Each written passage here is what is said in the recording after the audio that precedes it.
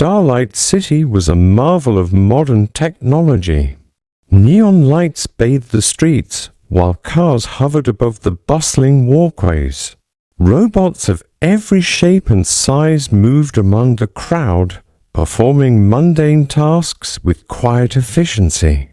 For Theo, a curious teenager with a knack for exploration, this futuristic city was both a playground and a mystery waiting to be unraveled. Every day after school, Theo would walk past his neighbor's house, a curious old building tucked between two towering glass skyscrapers. It belonged to Mrs. Amara, an elderly woman who rarely left her home. Her companion, a large, outdated robot named Atlas, was an oddity in a city where sleek, modern machines dominated. Atlas wasn't like the other robots.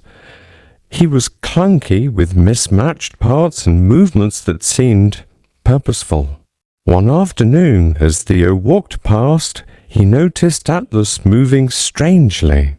The robot wasn't cleaning or gardening like usual, but scanning the horizon, its glowing eyes flickering between the skyscrapers. Theo's curiosity was piqued. What's up with him today? He muttered to himself, deciding to linger. As if sensing his gaze, Atlas turned its head, locking eyes with Theo. It wasn't menacing, but it wasn't ordinary either. That night, Theo couldn't stop thinking about Atlas. The robot seemed alive in a way others weren't. The next morning, Theo worked up the courage to approach Mrs. Amara's house. The door creaked open, and she greeted him with a mix of surprise and suspicion.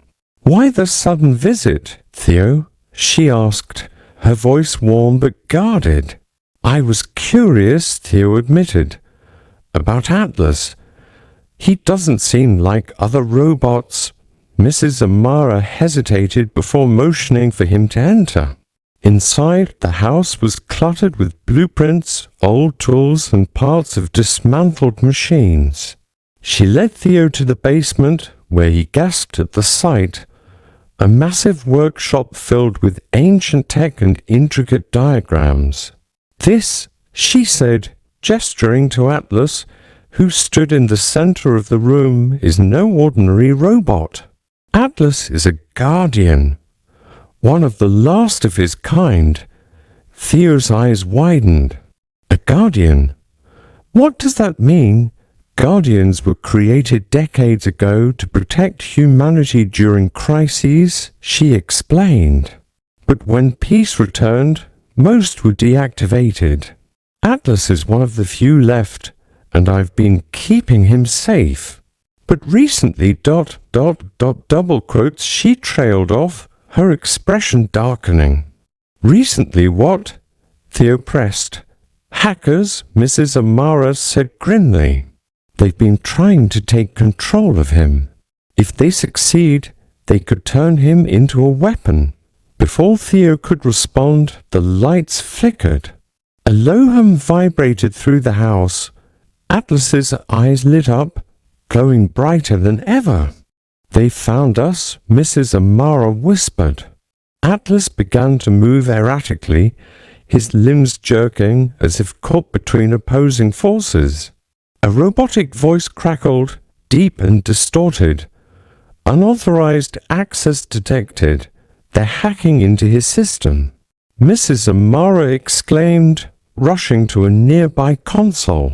Theo watched in horror as Atlas's movements became more aggressive, his powerful arms smashing into the walls.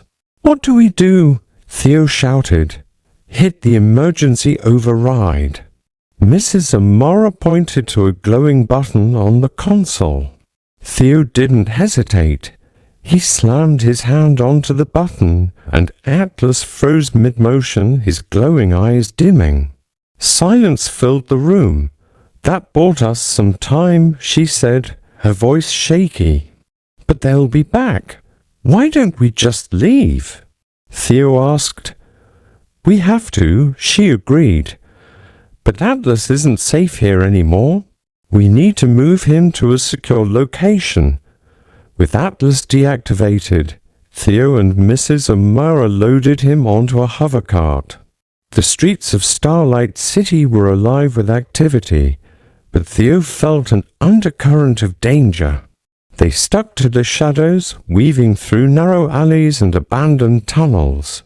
As they approached an old transport station, a drone buzzed overhead, scanning the area. Theo froze, his heart racing.